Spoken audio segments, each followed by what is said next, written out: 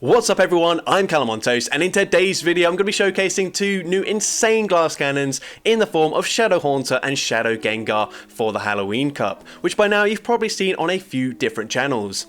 Across those channels, the general impression is that the Shadow bonus isn't really worth it for these Pokemon since they're already very glassy, but I'm here to give you a completely different perspective. Now it's worth noting, due to the random nonsense I've been running throughout the entire season, I'm probably significantly lower in ELO than those other content creators, but I found, at least in my ELO range, the Shadow bonus did really come in clutch so many times. Also, before we get into the battles, a few of you have requested that I also build a Shadow Ghastly for the Great League, so if this video gets to 800 likes, I will pull the trigger, assuming I do get a good enough IV Ghastly to actually power up. So with that being said, let's just get into the question of the day. Which glass cannon Pokemon do you think would benefit the most from a Shadow form releasing in Pokemon Go? So this question is exclusively for those glass cannons that don't currently have a Shadow form available. Let me know in the comment section down below, and with that being said, let's get into the battles now. Alright, so going into the first battle, we lead Whimsicott into Alolan Muck. So this is a core breaker for the team, but the great thing about Shadow Haunter is we're double resisting the poison jab damage, so this actually isn't a bad matchup, and landing one Ice Punch is enough to flip this matchup in the one shield scenario. So this is a matchup where having that Shadow bonus actually comes in clutch. As we get the full Shadow Claw farm down, the opponent now comes in with a Mandibuzz, typically a bad matchup for the Haunter, but Ice Punch does nearly 50% of their health. We go for a second Ice Punch. This should be grabbing a shield from the opponent, and if they go for the full air slash farm down, we make it to a third Ice Punch in time, and this Ice Punch will be grabbing the final shield from the opponent. So you can see Shadow Haunter put in so much work in that first matchup there. They go for an Aerial Ace. I'm hoping I can reach a Moonblast before they reach the second one, but unfortunately they barely outpace me. At this point, I'm just going to fully sacrifice the Whimsicott, come in with my Shadow Gengar, and the opponent's got a load of Ninetales in the back. We're going to go straight for the Shadow Ball here, and Shadow Ball is easily gonna one-shot the Ninetales. They come back in with the Mandibuzz. Honestly, Shadow Punch probably would have taken them out from that range, but I'm just going to commit to the Shadow Ball anyways, and we take out the Mandibuzz and take that game. So GG's to that first opponent there. Into the next game, we see Whimsicott into a Greninja, so a much better lead for us. The opponent is going to swap out immediately into a Trevenant. Now, we don't have the best response. I'm going to stay in, go for a Moonblast straight away, and if this does connect, this is going to put us in a really good position, because now we can just shield once and fully Fairy Wind farm them down. They do full send the Shadow Ball, makes sense. They were only making it to one move, and now they come in with Toxicroak. Unfortunately, we go for one Fairy Wind, so they will barely outpace us here. I don't really want to use my shield, so Mud Bomb will unfortunately one-shot the Haunter. That is the thing about these Pokemon. They're going to be one-shot by basically any charge move, but the opponent swaps back into Greninja. I'm going to go for a Shadow Punch. Obviously, Shadow Ball would do a lot more damage, but we grab the shield anyways from the opponent, and at this point, I'm actually going to shield my Gengar. We are still quite healthy. I'm now going to go for a Shadow Punch, throwing just before they make it to the next charge move as well. My switch clock is now coming up, so I can swap back into the Whimsicott, resist anything they throw here. The opponent goes to the Night Slash, doesn't do too much damage. We're going to go for a Seed Bomb just before they make it to the next charge move, and if the opponent stays in with the Greninja, we should just be able to farm them down, so they swap back into Toxicroak. We can go for Seed Bomb number 2. It is resisted damage, but we take out the Toxicroak, we get the Fairy Wind farm down, and I'm able to take that game. Into the next game, another really bad lead for the Whimsicott, so we swap into our Shadow Haunter. The opponent responds with Greninja. Unfortunately, they are very quick to get to a charge move, so I don't make it to the Shadow Ball, and as a result, the opponent can let that go through, and they now farm to the back-to-back Night Slashes, so I will just let this go through. Night Slash takes out the Haunter. Not the best matchup there, but we did at least bait out the Greninja, so maybe Gengar can sweep in the end game. I'm going to let this move go through. I should be able to fully Fairy Wind farm them down. They go for the Hydro Cannon, and we do get a big farm down there. So let's see what the opponent wants to do. We are going to swap immediately into the Gengar. They actually come in with a Nidoqueen, Shadow Nidoqueen as well. I'm going to go for a Shadow Punch straight away, and this should be grabbing a shield or just dealing big damage to the opponent. They bank the energy, they come back in with the Scizor. I'm going to use my shield here, of course, and Night Slash is going to grab the first shield from me. I unfortunately won't make it to back-to-back moves here, so I go for a Shadow Punch. They actually let it go through though. That's massive for me, as I'm double resisting the poison jab damage. We can grab grab the final shield from the opponent with a Shadow Punch, and hopefully this puts them into range where we can just go for a Seed Bomb. I went for the extra Fairy Wind there, thinking that if they were at back-to-back, I would win CMP, but actually, we lose CMP, so pretty good that they didn't throw straight away. Seed Bomb is enough damage to take out the Nidoqueen anyways, and I'm able to take that game. So GG's to the opponent there. Into the next game, tricky lead for us here as we lead into a Sneasler. If we can land a Moonblast, that will do big damage, but unfortunately, it's going to be quite unlikely because Sneasler, very glassy, they're probably going to shield everything, so I might bait, I do bait with a Seed Bomb, not really too risky because I do expect a shield, and the opponent does use their shield. Now, I can live this move, I know they've not got Aerial Ace, so X is only neutral damage. We're now going to go for that Moonblast, and if they do double shield, I'm probably going to swap immediately into my Haunter, and I do exactly that. Now, here we should be able to live anything they throw. Close Combat is triple resisted, X is a double resisted, and we do live it. Maybe I should have gone for the farm down, but instead I go for the Ice Punch. Honestly, if I went for the farm down, we would have simultaneously KO'd anyway, so we take them out there with an Ice Punch, and they come in with a Confusion Galarian Slowbro. This is not ideal. You're going to see Confusion is going to do so much damage to my Shadow Gengar, but I do make it to the Shadow Punch in time, and because of the boost with that Shadow bonus, Shadow Punch takes them out, and they've got a Buzzwole in the back, the perfect Pokemon for me to reach a Shadow Ball, as we are triple resisting the counter damage. Shadow Ball takes out the Buzzwole, and I'm able to take that game.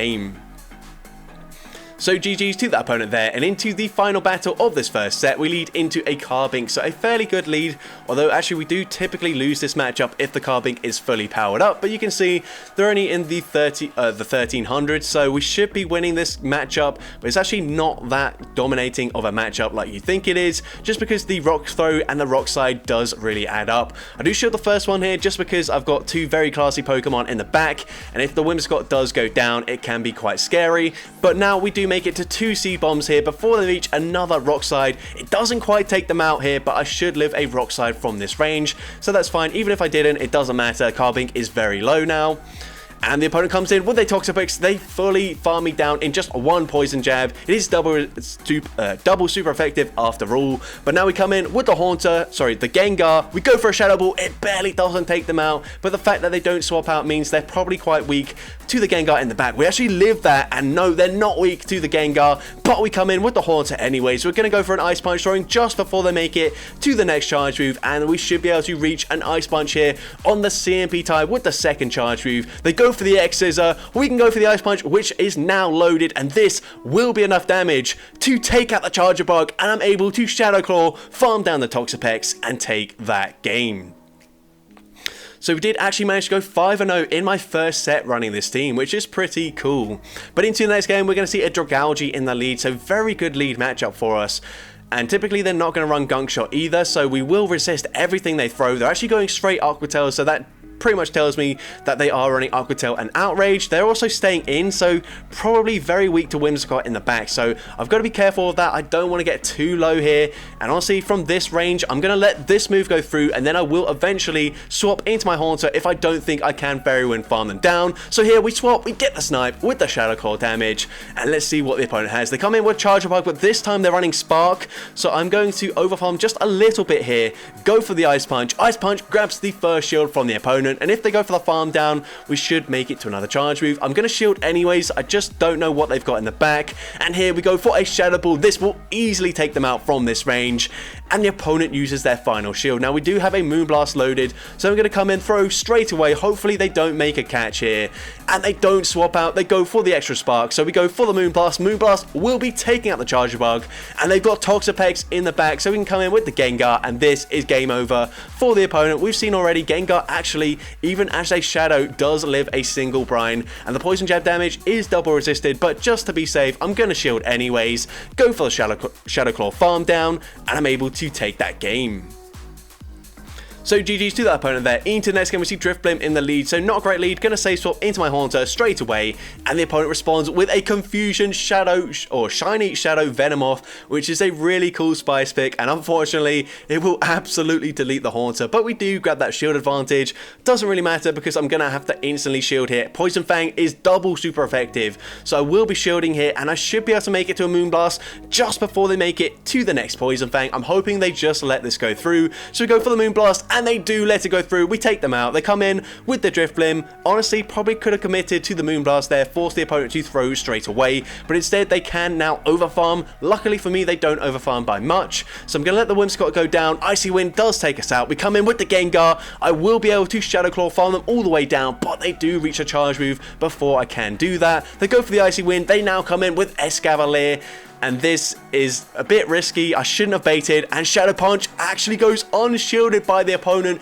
You can see we wouldn't have made it to the Shadow Ball anyway, so my only win condition there was full sending a Shadow Ball. The opponent probably thought my only win condition was to bait, so they did correctly call that I did bait, and unfortunately we do lose that game. So really nice call by the opponent, and GG's to that opponent. But into the next game we see Shadow Drapion in the lead, another core breaker for the team, but we swap into our Haunter. The opponent swaps out of that matchup into a Carbink.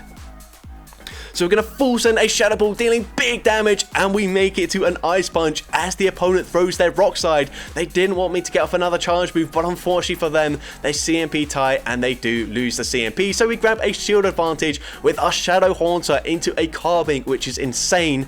Now we can come in with the Whimsicott. We will have to tank one charge move, but I don't really care. I'm going to go for the full farm down, and now, because my Whimsicott has a lot of energy, I can probably grab the final shield from the Drapion if they do come back in, which they do. So this is going to be a Moonblast. We're full sending it, and we do grab that final shield. So now I swap into the Shadow Gengar. The opponent comes in with Charger Bug. We can go straight for a Shadow Ball, and Shadow Ball is going to be enough damage to one-shot the Charger Bug. They come back in with the Drapion. I've still got 2 shields remaining, so I will double shield the Gengar, and I will easily make it to another Shadow Ball before they get to a 3rd charge move. So here they're going to go for another Aqua Tail this time around, actually baiting there. But now we can just go for the Shadow Ball, and Shadow Ball, even though it is resisted damage, takes out the Shadow Drapion, and I'm able to take that game. So GG's to that opponent there. Into the next game, we see Cofagrigus in the lead. So a fairly neutral matchup here. I'm going to stay in initially, go for a Moonblast straight away. And if they do let this go through, once again, I will try and snipe with my Shadow Haunter. And they let it go through. So I'm going to shield because they're not going to make it to another charge move. If I come in with the Haunter, they stay in. They get a few Shadow Claws off. But I do get the full farm down. Now the opponent's thinking about what to do. They come in with Toxapex, and this is a pretty good matchup for us. I'm going to farm, throw the Shadow Ball as they reach the brine, and this is perfect because the opponent throws straight away. We grab a shield there, and I'm going to let the Haunter go down because I've got a second Haunter in the back in the form of Gengar.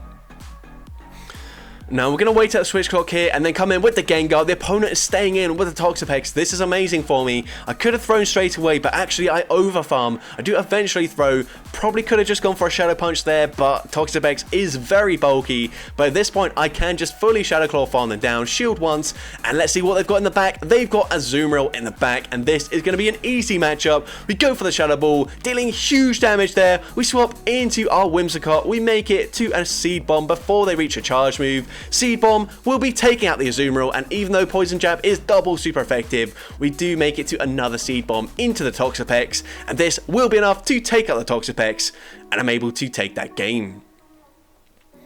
So GG's to that opponent there. Into the next game, we see Whimsicott into a Toxicroak. So I'm going to save swap straight away into my Haunter. The opponent also save swaps into Drapion. We're going to go for an Ice Punch straight away as well. An Ice Punch will go unshielded, and this will allow me to win the 2-shield matchup very comfortably, as I'm going to shield here. I will throw straight away just because I don't want to go down 2 shields before they've even committed a shield. So Ice Punch grabs a shield from the opponent, and at this point, we're still very healthy, so I will shield this up, go for the Shadow Claw farm down. They get the defense drop, but it doesn't really matter. We already had no defense, and they come in with a Mandibuzz. So we're going to go for an Ice Punch here. I will be able to make it to another Ice Punch if they go for the full farm down, and it looks like that's exactly what they're doing. So we go for Ice Punch number 2, and the opponent just lets the Mandibuzz go down. Not sure why they did that, but they come in with the Toxicroak. Now this is a little bit scary. We come in with Whimsicott, and the opponent throws at the perfect timing, throwing on the CMP tie, and Sludge Bomb will be taking us out. We come in with the Gengar here, and unfortunately they've actually got just enough health where we can't Shadow Claw farm them all the way down. They still had a shield anyway, so even if we didn't have that slight lag there, we wouldn't have got the farm down anyway. So GG's to that opponent, very well played.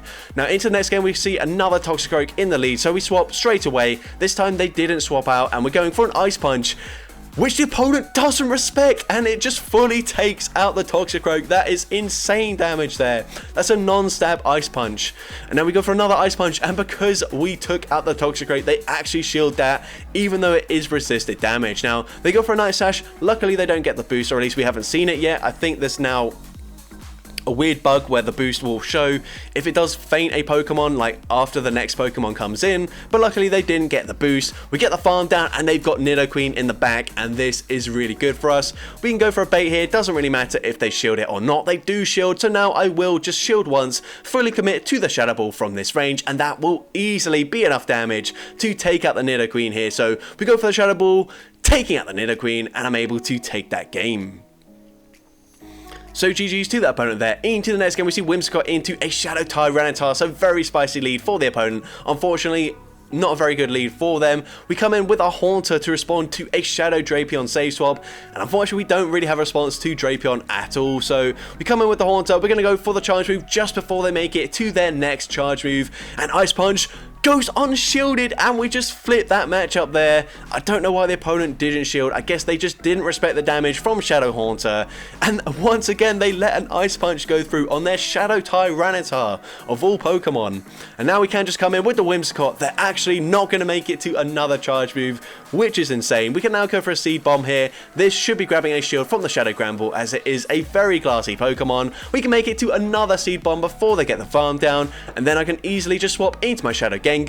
I can make it to a Shadow Punch before they reach 2 charge moves, or before they try and farm me down, and a Shadow Punch will be enough to take out the Granbull, and I'm able to take that game. So GG's to that opponent there. Into the next game, we're going to see a Drapion in the lead. So once again, going to save swap into my Shadow Haunter. Unfortunately, we do lose this matchup because I am 1 turn behind. But on even energy in the 2 shield scenario we've seen already, I do very easily win this. So going to go for the Ice Punch just as they reach the next crunch here. Unfortunately, we won't be able to outpace them. So they do go for the crunch straight away. I'm going to use both my shields here because I know I can grab both shields back from the opponent. And once again, we do throw on the CMP tie. So unfortunately, Haunter will go down here if they do double shield, but that's fine with me. The opponent goes for the crunch, taking out the Haunter, and we can come in with our Gengar, and once again I will be able to go for a Shadow Punch on the CMP tie, and from this range, even though it is resisted damage, this will easily be enough damage to take out the Drapion. And the opponent's going to come in with a Shadow Golbat, so they have to go for a Shadow Ball to take us out, as a Poison Fang is double resisted. They didn't throw, so Shadow Ball does take out the Golbat, and they come in with a Toxapex. Now this is quite difficult here. I think I needed to swap out a bit faster, but then I wasn't sure if the opponent would then just overfarm considerably in this matchup, but Gunk Shot easily one-shots us, and now does a Shadow Ball from Shadow Gengar take out a Toxapex. No, it barely doesn't, and they're able to Poison Jab, farm me down, and take that game. So GG's to that opponent there. Into the next game, we see Shadow Nidoqueen in the lead. So going to swap straight away into my Shadow Haunter, and the opponent responds with a Mandibuzz. So not great, but we do have Ice Punch. That does over half of their health with the Shadow Claw damage. And I'm actually going to shield here just because I will be able to grab a shield back from the opponent. So we go for the Ice Punch here just before they make it to the next charge move. And Ice Punch from this range will take them out. So we do grab that final shield. And the opponent overfarms, allowing me to make it to another Ice Punch. And even worse than that, they throw on the CMP tie. So Haunter putting in so much work even in this awful matchup for us. We grab a shield advantage up against a Mandibuzz. Now I'm going to let this move go through. They go for the Aerial Ace, and they actually swap back into the Nidoqueen. So interesting play. They also go straight for a Poison Fang. We can double resist this. So I do let the first move go through. I'm going to farm to the back-to-back Shadow Punches. I think the Mandibuzz is in range here for a Shadow Punch to take them out. So we take out the Nidoqueen. We go for the Shadow Punch straight away. But then I realized they were actually a little bit more healthy than I expected. And unfortunately, we get incredibly low. And the reason they swapped back into Nidoqueen is because they had 2 very strong answers to the Whimsicott, and unfortunately they're able to Poison Jab, farm me down with the Toxapex, and take that game. So GG's to that opponent there. Into the next battle, we see Greninja in the lead. So the opponent save swaps into their Toxapex. We can respond with the Shadow Gengar.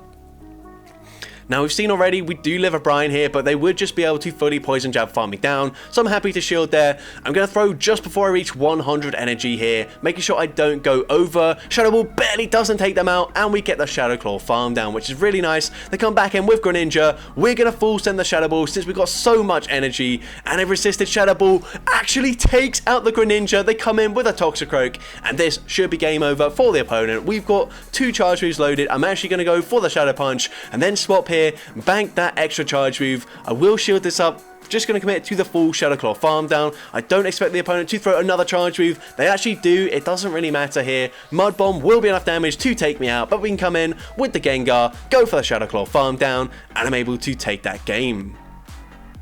So GG's to that opponent. Into the final battle of this video, we lead into another Carbink. This time they are fully powered up, so this time we actually might lose this lead matchup, despite having the type advantage, which is kind of crazy, and is one of the reasons why Carbink is so broken in the current meta. But here we go for a second Seed Bomb before they do throw, which is quite nice for us. So honestly, probably should have just played out the Zero Shield scenario, but they do farm to a Moonblast, so I'm going to shield, respect the damage, and it's just a Rock Slide, unfortunately. So here we go for a Seed Bomb. We slightly over farm, and the opponent is going to use a shield there on the Carbink, and they do reach another Rock Slide. So Rock Slide will be taking us out before we reach another charge move, which is unfortunate, but we get the Shadow Claw farm down with the Haunter.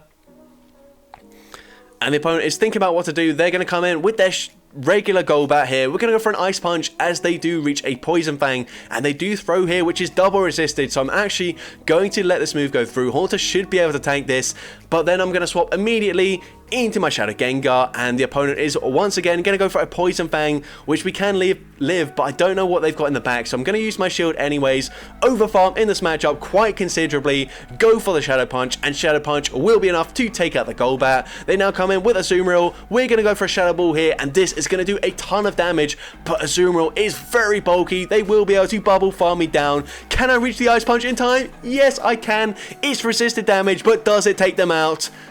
Yes, it does, and I'm able to take that game. So that's going to be it for today's video. If you did enjoy it, please make sure you leave a like, leave a comment letting me know, and as well, don't forget to respond to the question of the day if you haven't done so already. And if you want to see more content like this in the future, make sure you hit that subscribe button and turn on post notifications. That way you'll be notified whenever I upload a new video. But with that being said, thank you all so much for watching today's video, and I hope you have a great rest of your day.